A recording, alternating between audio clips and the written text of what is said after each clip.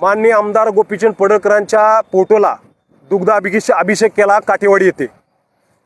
2 दिवसापूर्वी गोपीचंद पडळकर साहेबांनी जे वक्तव्य केलं, जयंत पाटील हा सुसंस्कृतपणाचा आळा आणतो आणि त्याच्या शरीरामध्येच एक कपट भरलेलं आहे आणि या कपट कारस्थानामुळे गोपीचंद पडळकर वारंवार हा जयंत पाटील कुरघोड्या करून त्यांना खंडणीच्या गुन्ह्यात अडकावायचं, त्यांच्यावरती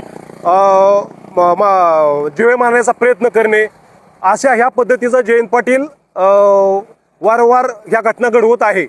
आम्ही जयंत पाटलाचा जाहीर निषेध करतो आणि जी गोपीचंद पडळकर साहेबांनी ज्या पद्धतीनं टीका केली जयंत पाटलावरती, त्याचं आम्ही जाहीर समर्थन करतो। त्याचं कारण असं की महाराष्ट्रामध्ये मुख्यमंत्र्याची आयमाई काढली जाते, महाराष्ट्रामध्ये धनगर समाजाच्या पार्श्वभागात लाकूड घातलं असं बोललं जातं। त्यावेळेस शरद पवार हे मुख्यमंत्र्यांना कधी फोन करत नाहीत, पण जयंत पाटील हा त्यांच्या जातीचा माणूस आहे, त्यांच्या पक्षाचा माणूस आहे, म्हणून गोपीचंद पडळकर त्यांच्यावरही बोलले, म्हणून शरद पवार मुख्यमंत्र्यांना फोन करतायत। पण जयंत पाटील हा जातीवादी माणूस आहे, कारण आपण बघितलं तर महाराष्ट्रामध्ये अनेक ज्या घटना घडतायत, अनेक ओबीसीच्या लोकांवरती शिवेगाळी होती, अनेक धनगर समाजाच्या लोकांवर शिवेगाळी होती, त्यावेळेस हा जयंत पाटील आणि शरद पवार हा मुग घेऊन बसतो आणि शरद पवार हा सुद्धा महाजातीवादी माणूस आहे।